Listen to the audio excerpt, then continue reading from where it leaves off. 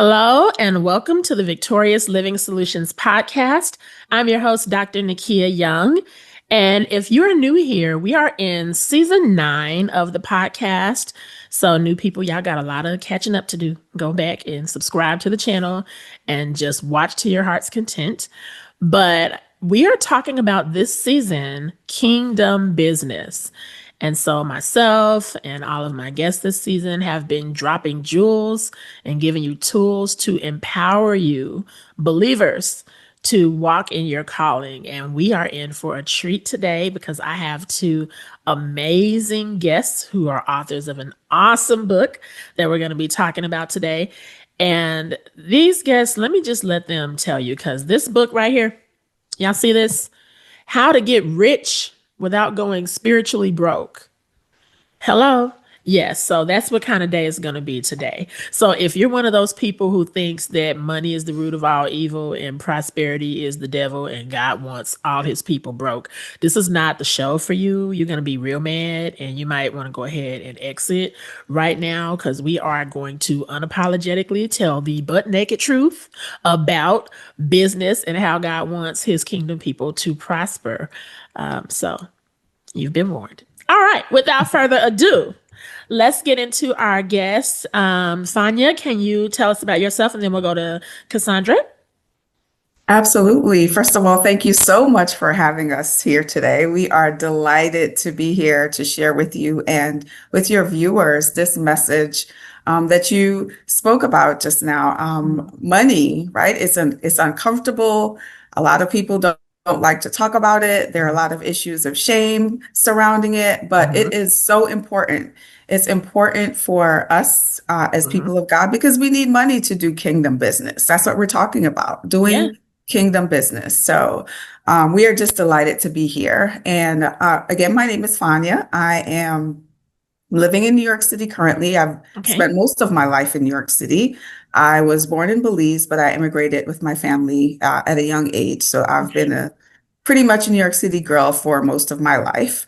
I am a licensed attorney. However, my current role is still in the legal field, but not as a practicing attorney. And I just, I love talking about these issues that empower God's people, that encourage people to grow, that challenge ways that we have grown up thinking in the church Yeah. that may not be conducive to our growth. So I'm just delighted to be here today. Awesome. Thank you so much. New York City. Okay. I'm Chi-Town girl, suburbs. I have to throw that suburbs in there because, Chicago people get real iffy about, are you in the city or you in the suburbs? You in the suburbs and you ain't Chicago. Same thing. Same thing. So Cassandra, where are you Yeah. at? We've So got, I'm in Maryland. I'm in okay. Maryland. And so I've been in Maryland for, wow, close to 20 something odd years, 25 years. Okay. But how Fania and I met is because after immigrating to this country from Grenada, Mhm. we went to high school together. So I Awesome. still got a little, you might hear the Brooklyn accent come out. I'll try to contain her, but she might make an appearance. But it's hard getting rid of that accent. It's hard. It's hard getting rid of Man. that That accent accent. get all up in you. So yeah, so as I said, so I've been in Maryland for 25 years. I am here now. I'm an educator, so I spent Okay. most of my career in education. Love education. From there, I migrated and did a little bit more around leadership development, Okay.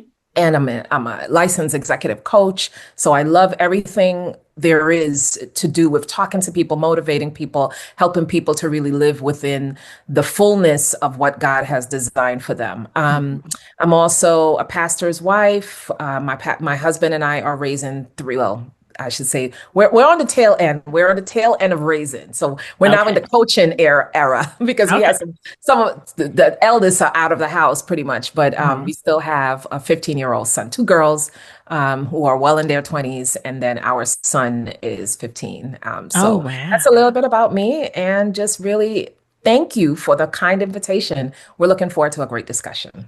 Awesome. Awesome. And you are so welcome. Man, I'm envious of you, Cassandra, because your kids are out and getting ready to fly out of the coop.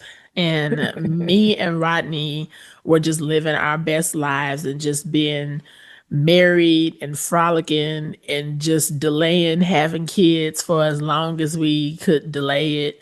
And then when I was just like, oh, I'm gonna be 40 soon, and we better hurry up before all my eggs be scrambled. Then we decided to start popping out children. And so now all of our friends are able to go out and travel and frolic and do whatever they want to do. And we sitting here with a 9-year-old and two 5-year-olds, like, Ooh, Whoa. wow. What a blessing. oh, it's a blessing. But I laugh all the time. Like, I said, "Oh, we should have got started on our wedding night if we would have known. Like, we would have just got started and just been like, okay, we're gonna deal with it, and then they'll be gone. But child, it's okay. God gives us grace every day."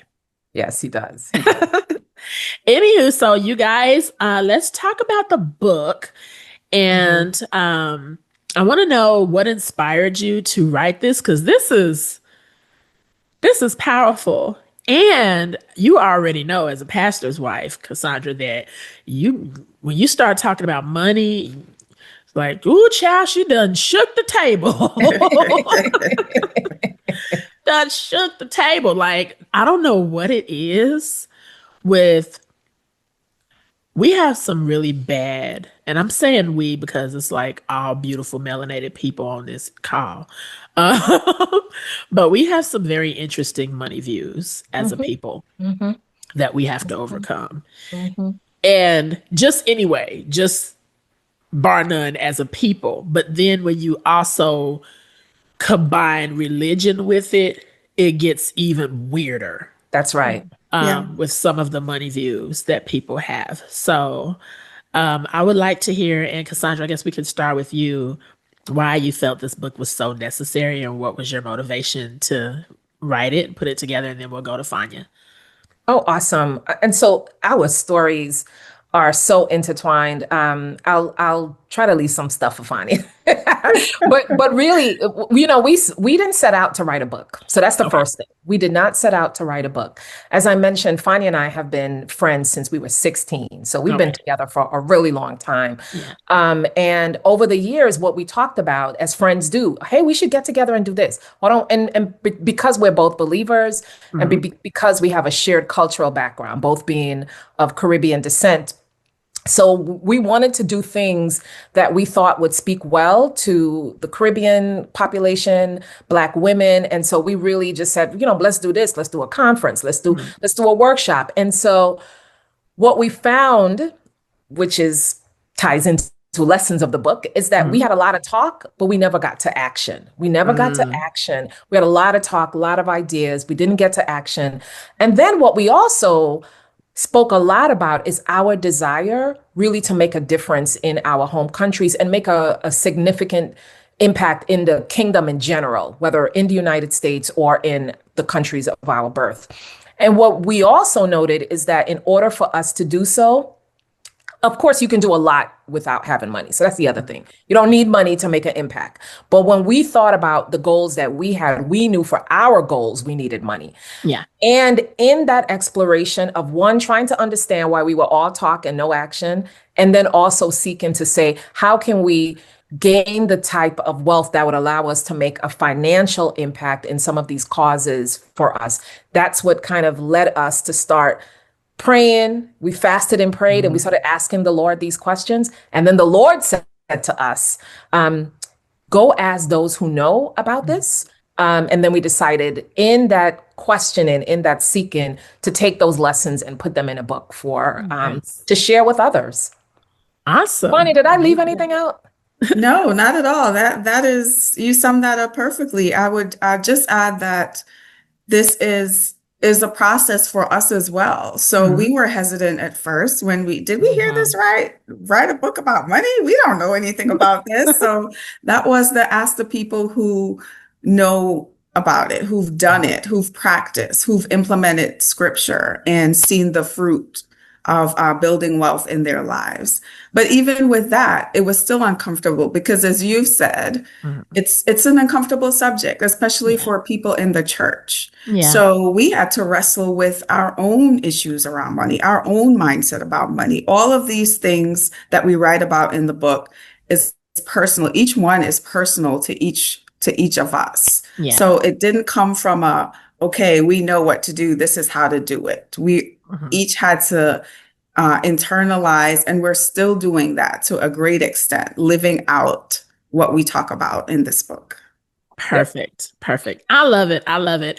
A couple of episodes ago on one of my solo episodes, you guys may have heard me say, talking about the 5 kinds of people every business owner needs. And one of them was a mentor. Mhm. And I talked about how if you're not able to have an actual mentor that you sit down and, meet with every couple of months or so or whatever have you, that the next best thing you can do is have a mentor in my head, I call it. And that is find all the books that you can find about people who are doing the things that you are trying to do and just become a professional student reading every book you can. And so,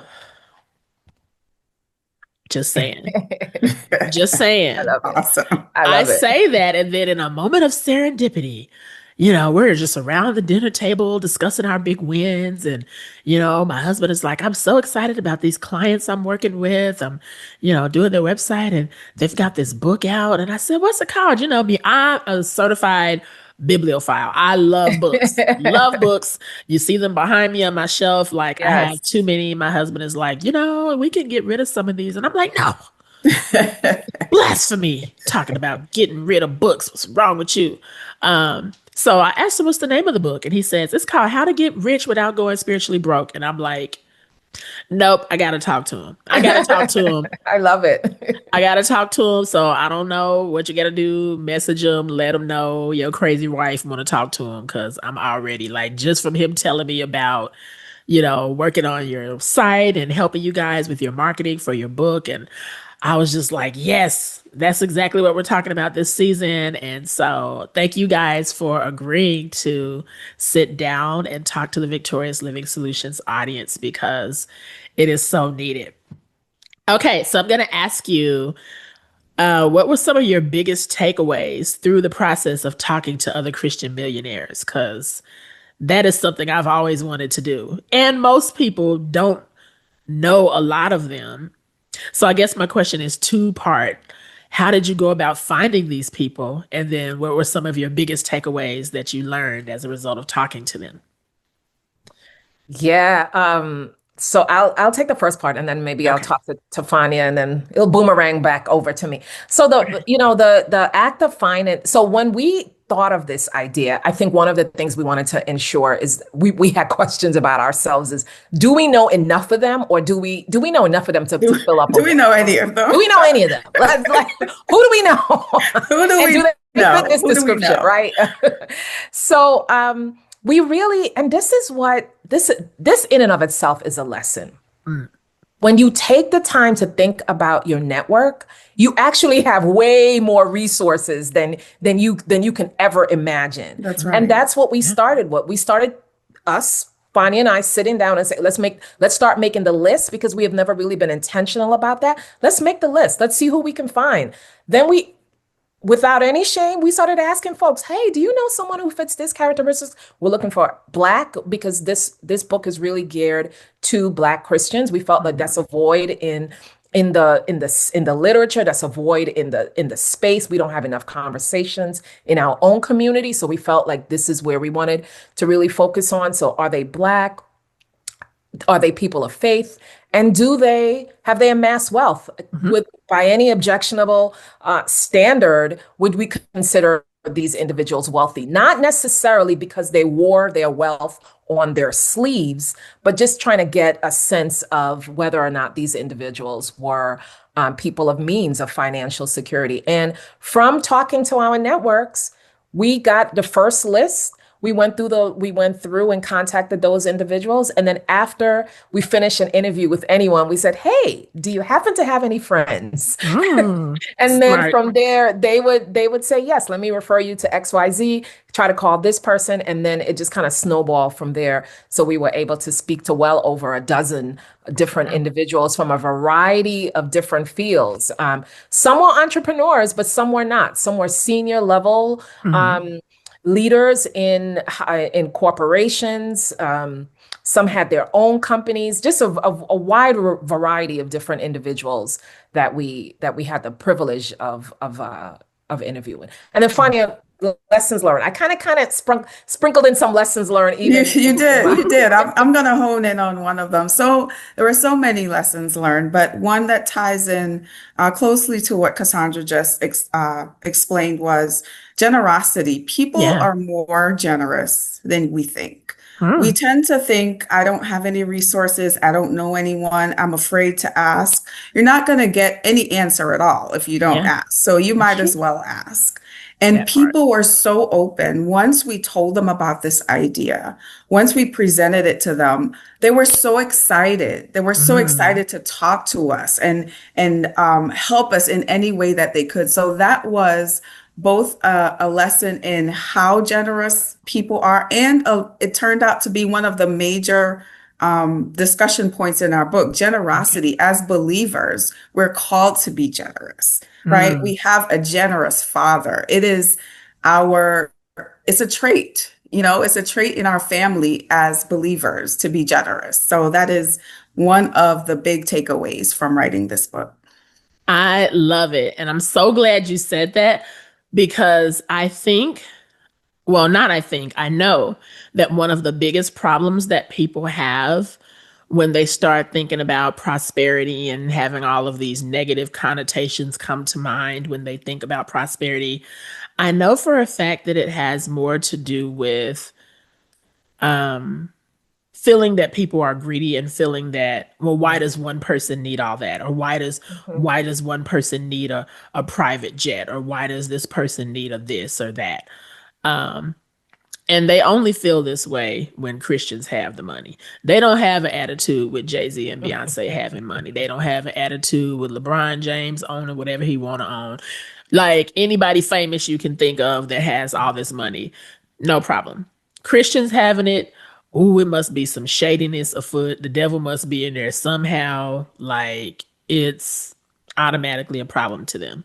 Mhm. And so I think that people need to shift the perspective that having abundance is not a sin. It can be, though, if you're not generous. You can become self absorbed.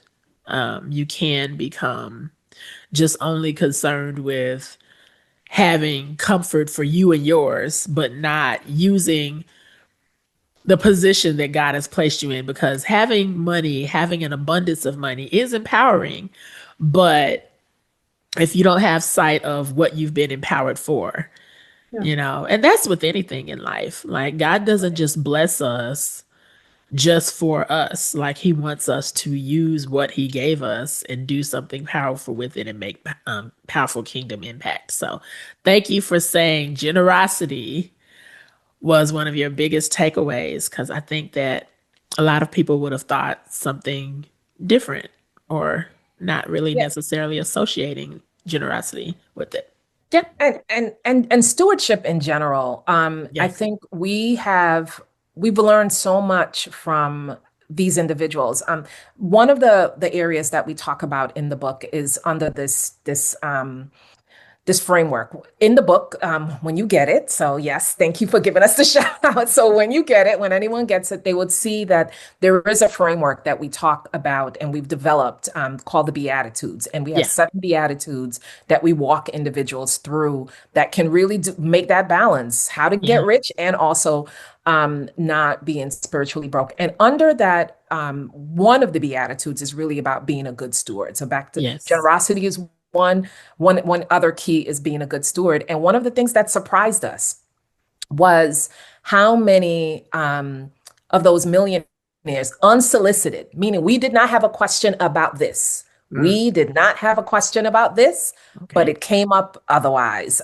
Anyway, and was to be faithful tithers, to be a good Yes. steward with what you already have. Yes. So if you want more, if you want more, if you want God to bless you, if you want God to expand your territory, if you want to just have it run it over, Hmm. how are you treating what you have right now?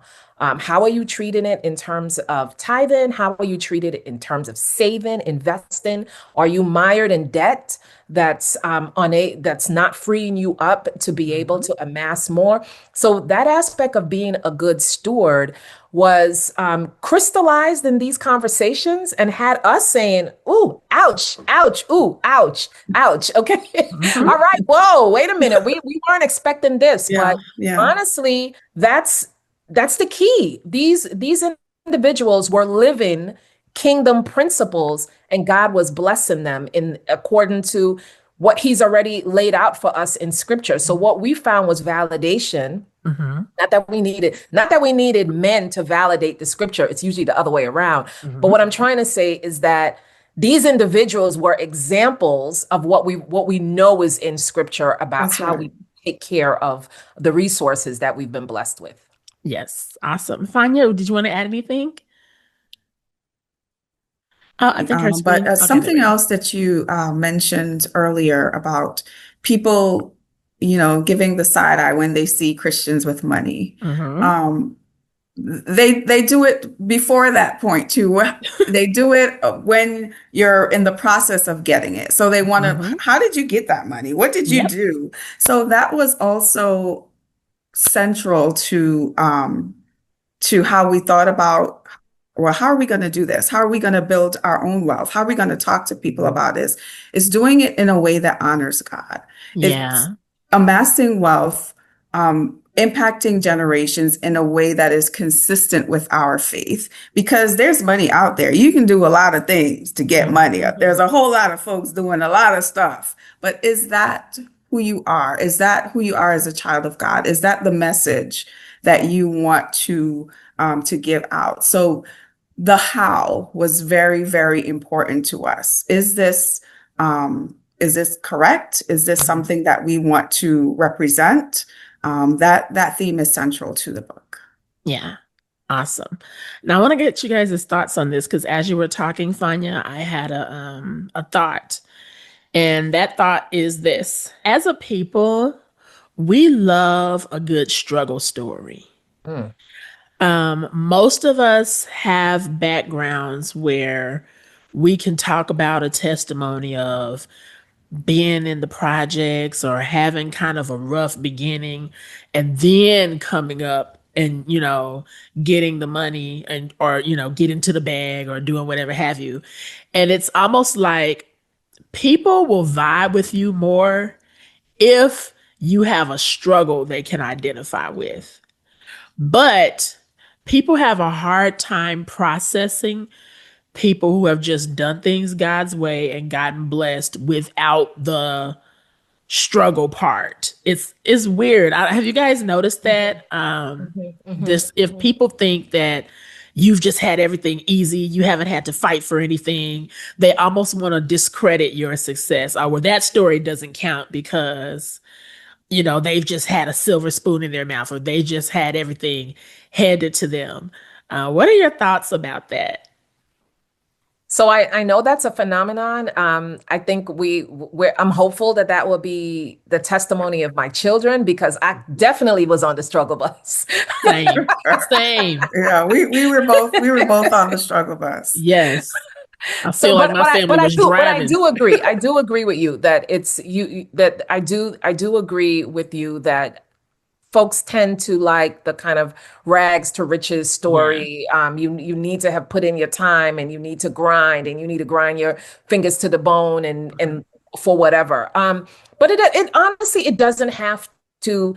That's not a legacy that we have to continue to hand down generation after generation That's Yeah. after right. generation. At some point, we have to break the cycle and we have to leave a different legacy for our children. And I think that's part of our intention, even in writing this book, is to show that those I joke about this all the time. I always joke about the fact that I said the one thing about Francique women that I was a Francique before. I'm now a Lewis, but I used to be a Francique.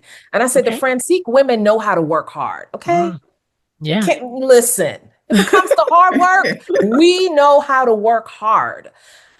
But then but is that the legacy I want to pass on to my children? Yes, I want them to work hard, but I also want them to take care of themselves. I also want them to understand what it means to rest.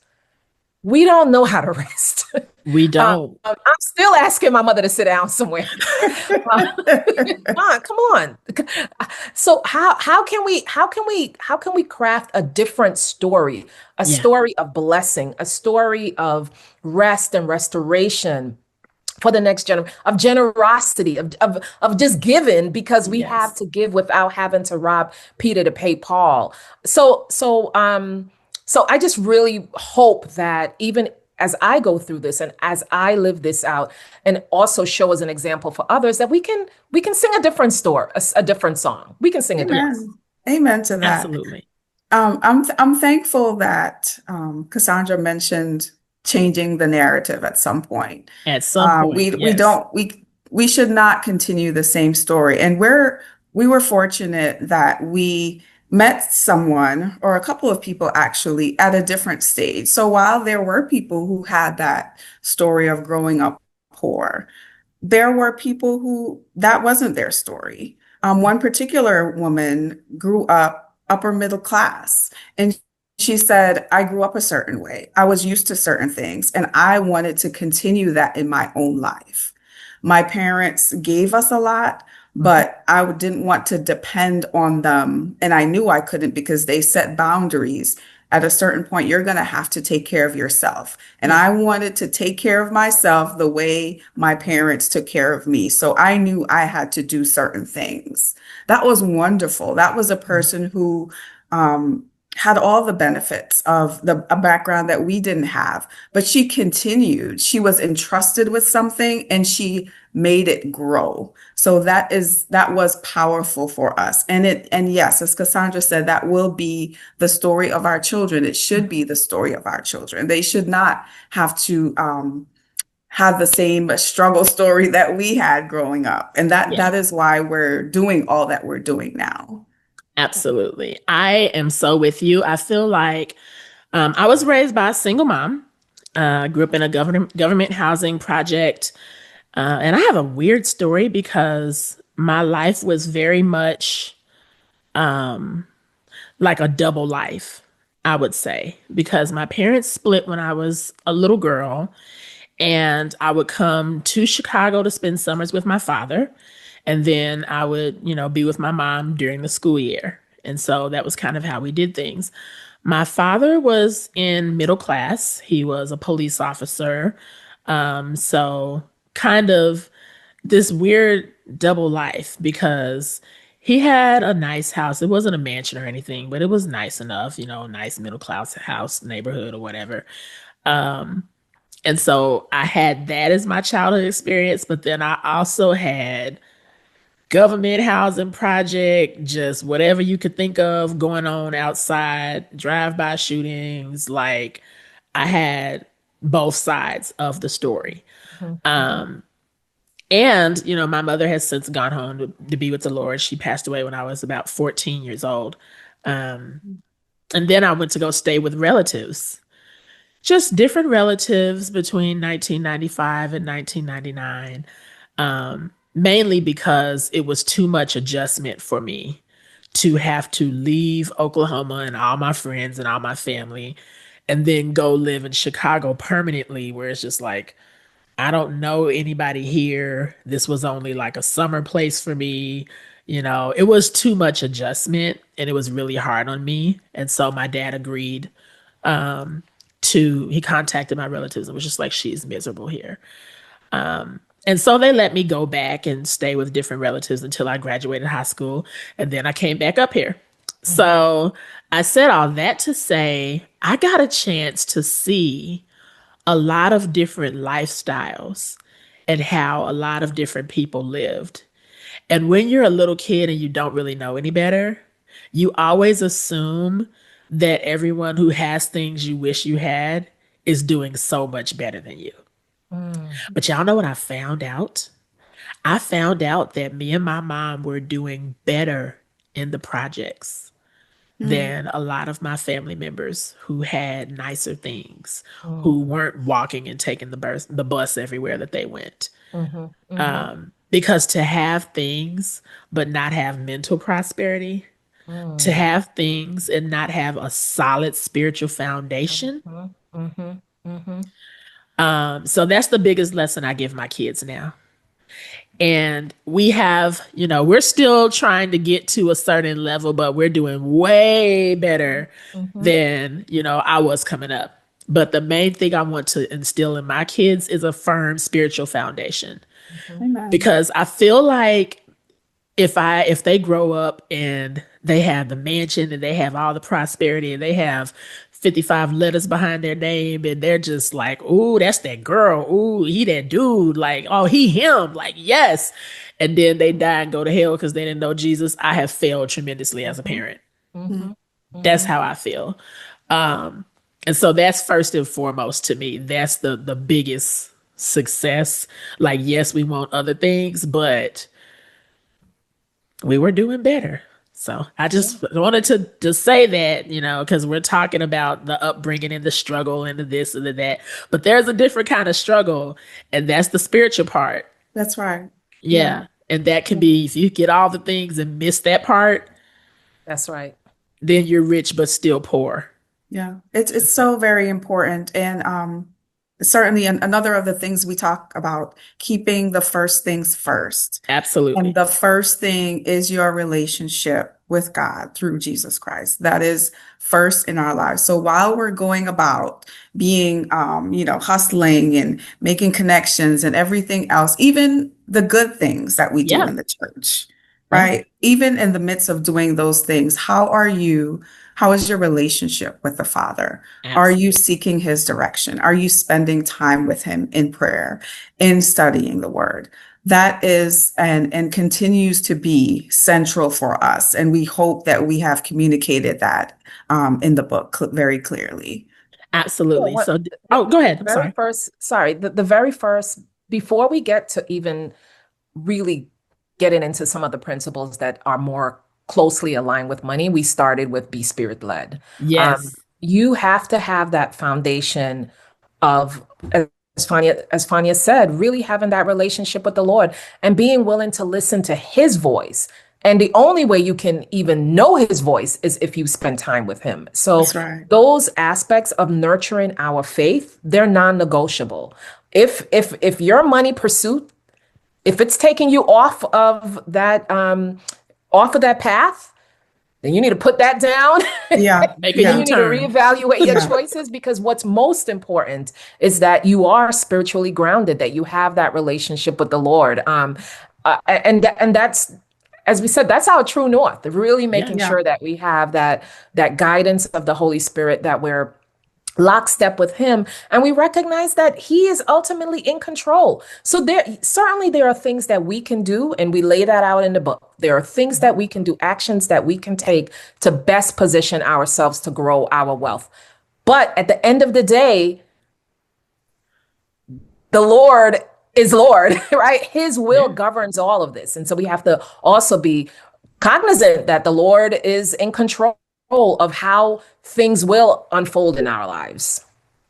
Absolutely. So, can you tell us any of just like some short clips or certain stories that somebody in the book may have said about how they stay on track spiritually? Yeah, so we had lots of wonderful examples, but I'll give you one.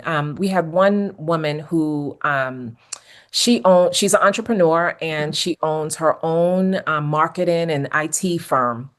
And one of the things that she mentioned, she gave us a lot of fantastic nuggets. But one of the things that she mentioned is her diligent routine that she wakes up every morning, I think at 4 a.m. I think that's what it was. I think she wakes Ooh, up every morning at 4 a.m. Don't quote me on the exact time, but okay. it's early. It's earlier than we get up. We were like, "Ooh." She wakes up every morning at 4 a.m. and she considers that an invaluable part of her day when she gets an opportunity when no one else is up in the house to spend time with the Lord. That's when she prays. That's when she reads her word. She has that really sacred time that she Mhm. has dedicated. And she said she's been doing this for years. She said the only way that she is a pleasant person, a person that you Mhm. want to be around is if she has that ground in time. And life gets busy, so you have to It make it work. If does. you have a busy life, then how do you make sure that you're prioritizing your faith? And for her, it was carving out a very intentional appointment. This is non-negotiable appointment that she had on her calendar that she would spend time with the Lord. And she said she would talk to him, spend that time in fellowship with him. And then also it was an opportunity for her to hear from him. Mm. And she it was amazing that she said, "Hey, I know I have a direct line to the Father. If all of these individuals out in the world can get these wonderful ideas, Mm. I have a connection to the Lord. When I make time not only to commune with him, but to hear from him, I know how much of an impact it can make on my business." So that's one example. And there are others, and I'll There are let others. Yeah. Fania. Yeah. So many others. That's a Another good that one. I can think about is the importance of surrounding yourself with the right people, Yes. the right friends, but also in business. You mentioned mentors, having mentors earlier. One of the people we spoke to spoke specifically about having a money mentor, which Oh, was a new concept for me. Having a mentor, certainly, but someone that you can go to ask, someone who's achieved what you hope to achieve, what you're working towards, to have that person guide you and to get their opinion. So definitely in the professional sense, but also your circle of friends. yeah. You don't want people around you who believe differently, who will speak contrary to what you are praying and believing for and hopefully speaking, because that's an important part as well. Um, you don't want that in your close circle of friends. You No. want people who will challenge you to maintain your faith, to, if they see you slipping, will say, "Hey, what's going on?" If Cassandra see me doing something crooked, she's gonna be like, wait a second here. What's going on? That's what you want to have around you. So it's important to be aware, to choose wisely the people who you surround yourself with, the people who are speaking into your lives, and the people who you partner with. Absolutely. Good stuff. Good, good, good, good stuff. That waking up early. Mm.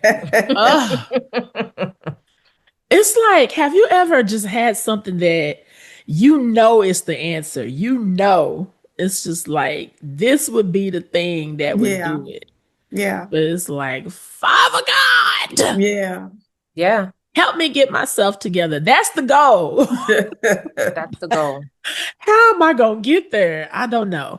I will So, say so during, if I can no, go mention ahead. one thing, Nikeya, the interesting thing, even about this book, when Fania and I decided that we wanted to make a change, and it took us 7 years to write the book, so it wasn't Okay. an overnight change. But when we decided that we wanted to make a change with our lives and really trying to figure out what we need to do next, we implemented that one little piece we implemented, and that's how this book came about.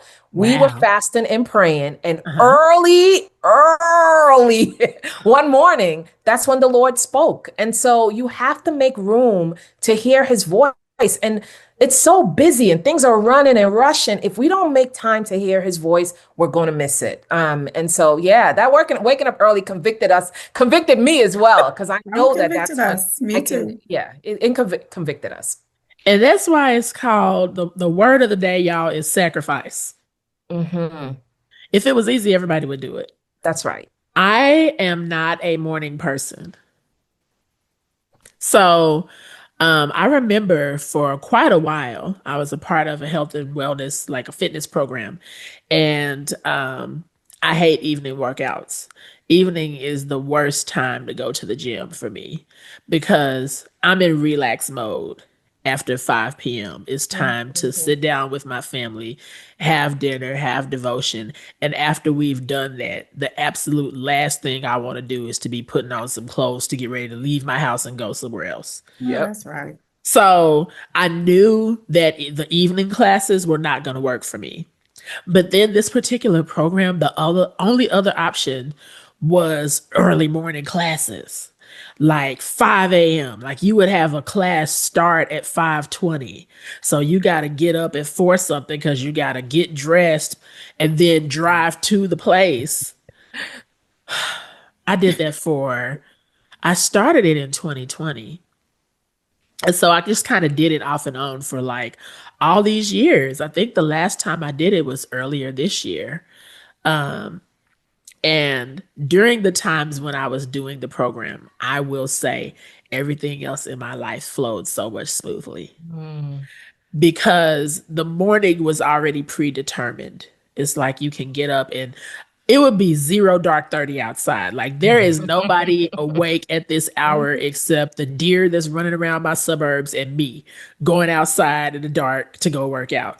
But that car ride to the gym, even, I would have my worship music playing or just playing a sermon or something and just having those moments for myself and just the atmosphere of it being still and not a lot of hustle and bustle around. We need that time to think, to Yeah. That's have right. clarity. God is always speaking, but if you have all this noise around you, you can't hear. That's That's right. right. And so, yeah, y'all, if you're watching this show right now and you're like, I know God has been nudging me to Yeah. get up early, but my flesh just didn't want to. This is your confirmation that it's the answer, and we all just gonna have to get over ourselves together and put a big pot of coffee on and put on our big girl, big boy draws one leg at a time and do what needs to be done Yeah. because every book I've read and other people I've talked to, and now I'm talking to y'all, all the millionaires, they have the same thing in common. They do get up very early. Even the secular ones, they could be staunch atheists, but they have a discipline, they have a regimen, and part of their regimen, even if they're not getting up to pray, they're still getting up early. They go, I just need to meditate. I just need to namaste or whatever. Whatever it is, they're getting so if it works for them, how much more would it work for those of us serving the true and living God?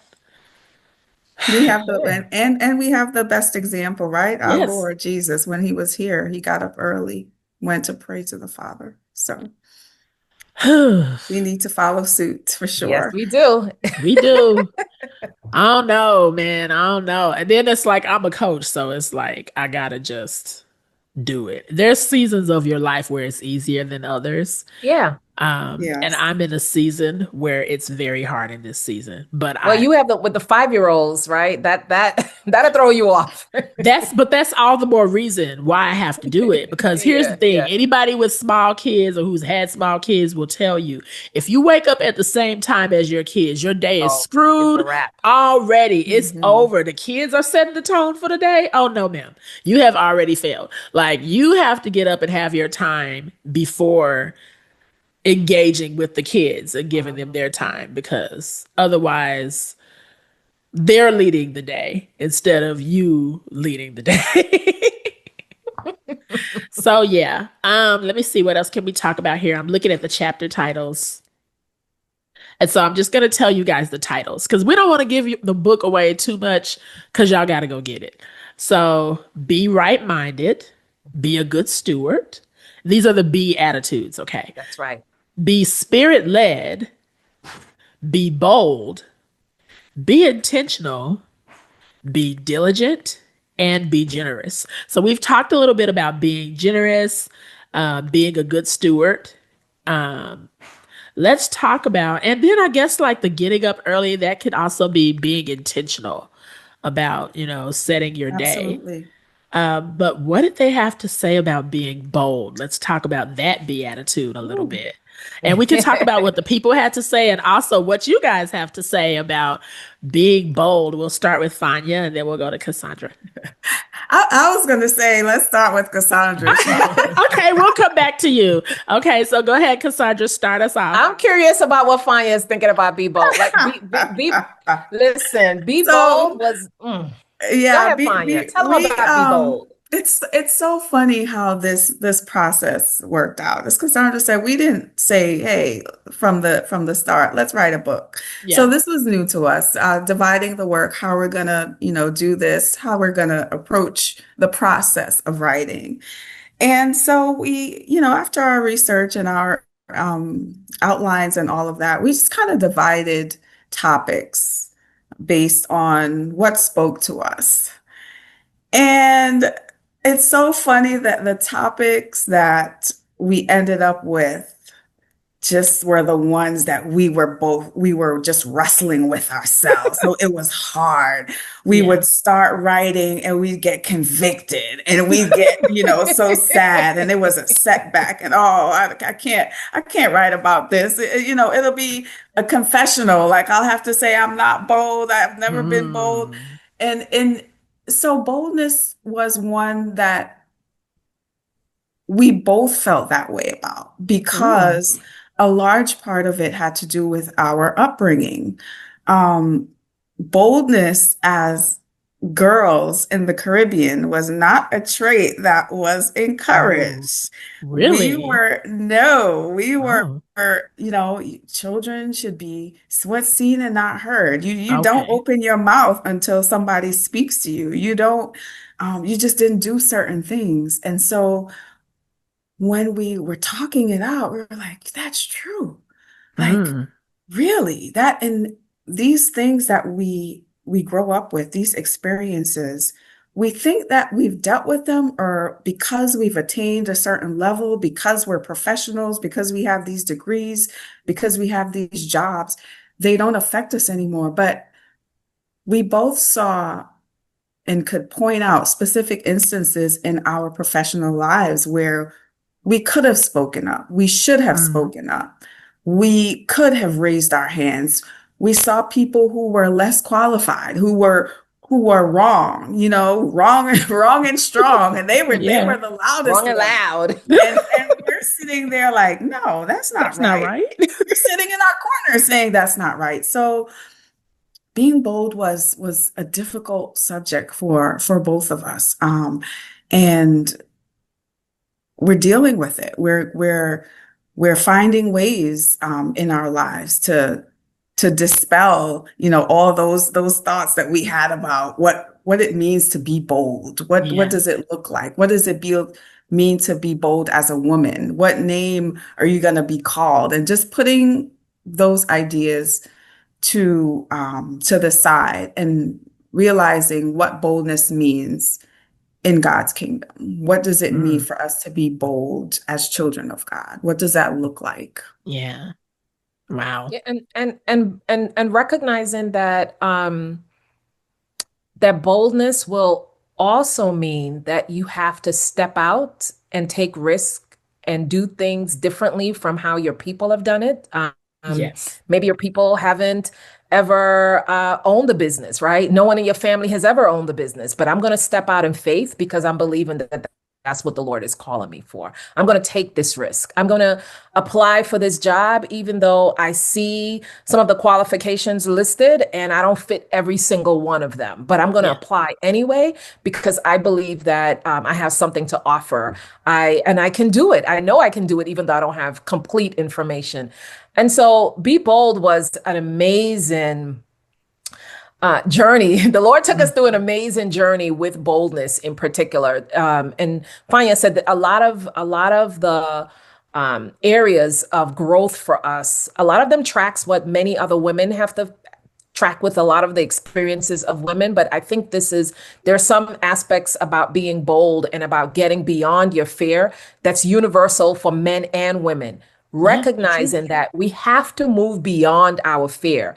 If Yeah. we allow our fear, how we think of ourselves to govern our lives, we're going to stay stuck. We're For going to real. stay stagnant. We're going to stay doing the same thing day after day, wondering why things aren't changing because we haven't taken that stepped out on faith, relied on the Lord, did something different. We have to move beyond that fear. And so that's what Be Bold is all about, moving beyond fear, moving beyond comfortable and how things have always been to do something new, to take that big risk and reap the rewards after you get to the other side. And we have fantastic individuals in the book that talked about taking on huge projects. Remember, we referred to not everyone is a business owner. So for Yeah. sure, some entrepreneurs gave that testimony. But even for the folks who are working a 9 to 5, if you want to get a promotion, and you're just doing the bare minimum and you're Mhm. not willing to take on big projects to raise your hand for hard assignments, you're going to be overlooked. Yep. The person next to you who's willing to take those risks, who's willing to say, I can take on this hard assignment, those will be the individuals that get rewarded. But if you're still saying, I don't, maybe I don't know if I don't, you're Mm. going to stay there. So you Yep. have to be willing to raise your hand and move beyond the fear. I love it. I love it. And I could not agree more. I think, and you guys probably can tell this just by meeting me for the first time today, I think I have always been a bold person. I love it. But Awesome. the problem was I did not always know that that was okay. Mm. And when you're a bold person, um, sometimes everybody does not know how to Yeah. process or how to take Yeah. That's right. bold people. And so they will make you feel like there is something wrong with you Yeah. Mhm. for being Mhm. bold. And a lot of it is out of subconscious jealousy because you have a trait that they want. And instead of just being like, oh, I'm inspired by them, I'm going to work on boldness too. It's like, why are you like that? Or don't Mm. you want to tone it down? Or why are you so dressed up today at work? Like everybody else has on this and you have on that. And why do you have on makeup? And why, just like Mhm. goofy stuff. Mhm. Mhm. Um, and so I think I spent the first, not I think, I know I spent like all of grammar school trying to Dim your tone light. down. Mm. Yeah, because being a bold person was getting me in so much trouble. Like the teacher would be like, "Who knows the answer, class?" And I would just be like, you Yeah. know, and then I tell the answer. Now everybody was mad at me. Now these girls over here want to fight me after school. Yeah. Like, what is happening? So I was like, I learned, especially I told y'all a group of the projects, um, is why are you trying to be better than us? Yeah. Why are Mhm. you acting white? You talk too Mhm. proper. You're too this. You're too it was a lot. And so I think that I struggled with knowing that I'm okay being a bold person until I got to, I want to say, 8th grade in high school. And then I think as I got closer to graduation, and realizing like I'm about to leave Oklahoma. I'm about to go to Chicago. That's like one of the three biggest cities in the country. And so it was like the wings are starting to come out of the cocoon. And I'm like, I'm about to be unleashed for real. That I started to celebrate my boldness and Yeah. started to be more fearless in the things that I've been able to do, that God's been able to help me do since then, have been phenomenal. But it only came after I made a mental shift that I'm not going to do this anymore. I'm not going to try to shrink and cut myself down to size to make myself more digestible for people anymore. Awesome. Like, That's awesome. I'm just going to be my full self. And if I'm too much to digest, then choke. I don't know what to tell you. I don't know what to tell you, but it was costing me too much to pretend that I didn't have certain gifts and that I didn't have a certain calling. It was costing me too much because now I'm at war with myself because I know I could be doing more than I'm doing. Oh, yeah. And I had to just get free of what people thought and what people were gonna say and what people, screw y'all. Like, respectively. I can't do it. I can't do it. So I love hearing people's stories about how they got to that point. Um, and I love that there are stories like that in this book. Yeah. Absolutely. You actually remind me of one of just hearing you say, because we there's a section in the book that we say that ambition is not a dirty word. We Yes. had one of our interviewees who said that, right? She was like, I walked into that company, I said, show me where the top is, because that's where I'm That's heading. where And I'm we were like, going. whoo, Yeah. we were like, Yeah. ma'am, what? Yeah. And that's not me, by the way. I think Surely not I me. had to grow into that. I had to grow into that. Okay, we're all right, bet but I had to grow into that. So to me, it is so liberating and it is so fantastic. It is awesome It Yeah. when is. I hear women, in particular women, with that level of confidence, that level of boldness, that unapologetic, like, here I am, and I'm Yeah. ready to take this world by storm. Yes, I just love it. So yes. Oh, thank you. I feel like just like we were talking about earlier, like how God gives you certain things, but it's not just for you. Like I really strongly took God, just me sitting with God and figuring out like, okay, God, what am I supposed to do with this? And that's how I got into coaching. Mm, Um, and one of the things that I coach people on a lot is, confidence. And I do a lot of goal mhm, setting, mhm. vision boarding, just different things. But the confidence that or the boldness that God has given me, helping other people to do that and helping them to know sometimes you don't feel confident, but you know the thing to do and just go do that thing. Go If you do it. That's wait right. for the feeling, like once I feel this, then I'm gonna Yeah. do it, you won't ever do it. Like Yeah. sometimes the confidence comes from just taking a step forward, That's right. Yeah. shaking like a leaf, but I'm just gonna step out here, Lord, and I don't know what's gonna happen. He will meet you once you take that step. And then the more you do that, then it's like, wow, I did it. That's Then the right. next step or the next risk isn't that hard because you have the confidence you gained from the last victory Yeah. to help you go forward from the next one. So Nakia, you sure you ain't read our book, girl? Because yes. I am on page 23.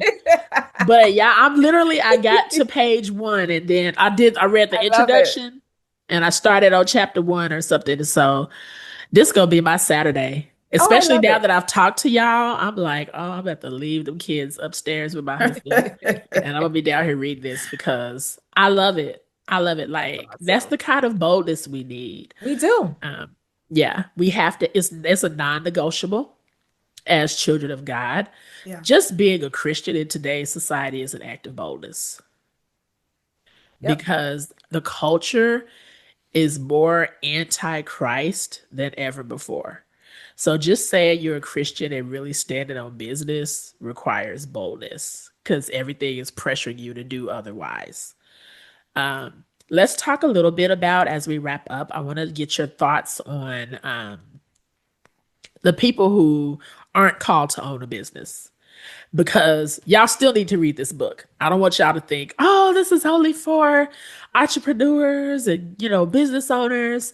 But let's talk a little bit more as we wrap up about the people who aren't called to own a business per se. But I want to get your thoughts on having an ownership mentality. And when I say an ownership mentality, people who own things, they think differently Mhm. than people who are just a guest or just how do I want to say it? Well, yeah, I guess just renting. If you think Yeah. of literal ownership versus, Mhm. oh, Mhm. this isn't mine, so I'm just Mhm. here, Yeah. how to have an ownership mentality. And that's deep for people in this country, for African Americans. Let's just have a in-house discussion in front of the whole internet right quick. Because a lot of times we will get mad at the audacity of people who are white to just do things and just assume that, they're going to be centered and everything. But as children of God, we should have that same ownership mentality. And that should not be limited to only people of a certain race. Um, if God has given us dominion over the whole earth, and it says clearly in the book of Genesis that he indeed has, why have a slave mentality when we are owners? So, talk a little bit about what you guys think about that and how you've had to make that paradigm shift to being a bold child of God and thinking like a owner that God has given stewardship, given authority to own, even if you don't own a business. And also, you can include what anybody else talked about in the book about their journey to get there as well. You rightly said owners think differently Yeah. about things, and how we think about things determine our approach. So if you show up, if you are, an employee, you're not a business owner, you're an employee, and you show up to work with, I'm just here to collect a paycheck.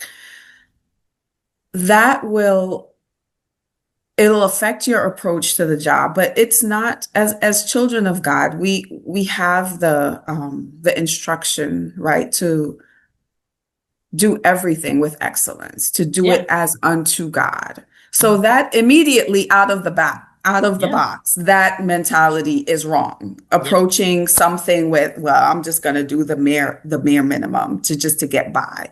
We as Christians should not have a bare minimum just getting by mentality about anything, and that No. includes our jobs, our professions, whether we own the business or not.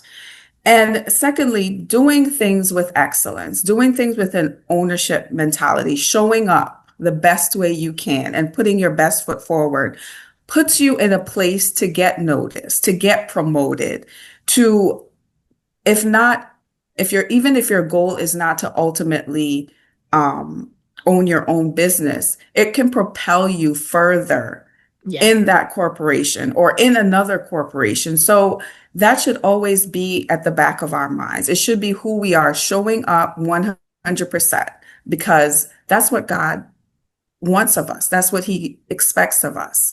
That's Yeah. what the word tells us to do. Absolutely. Yeah, Yeah, we Cassandra. have a we so I'll say two things. This book is called How to Get Rich Without Going Spiritually Broke: Seven Yeah. Lessons for Money and Life. So, yes, the lessons in this book will certainly, we believe, impact how you approach your entrepreneurial journey or Mhm. your professional journey. But then just your life. Yeah. Absolutely. We want, even if you are not seeking to amass millions of dollars and be some wealthy individual or whatever, right? We want folks who are reading this book to understand, one, how do you keep your relationship with God strong? But then how do you make sure that your finances are whole? How do you Yeah. make sure that you are positioning yourself where you can have financial freedom, where you're not mired in debt, but Yep. you're firmly in alignment with the Lord? You have a savings, you have investments where you choose to invest, that you have the financial freedom that you can bless other people in your surrounding or outside of your surrounding. We Mhm. want you to prosper in all Yeah. things through this work. So that's kind of like the overarching frame, where it doesn't matter if you're an entrepreneur or you're in a 9 to 5, or you're working a corporate setting, whatever setting. We want you to be whole, and we believe that the Lord has blessed us with the insights in this book in order for you to do so. And then Absolutely. I just to kind of piggyback on a point that Fania made.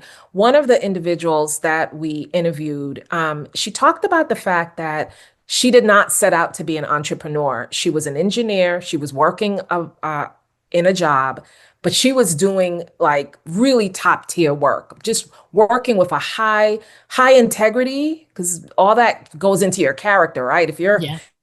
it's a character issue in terms of sometimes how you show up on your job. Yeah. But so she was working with high integrity. She was really doing a fantastic job.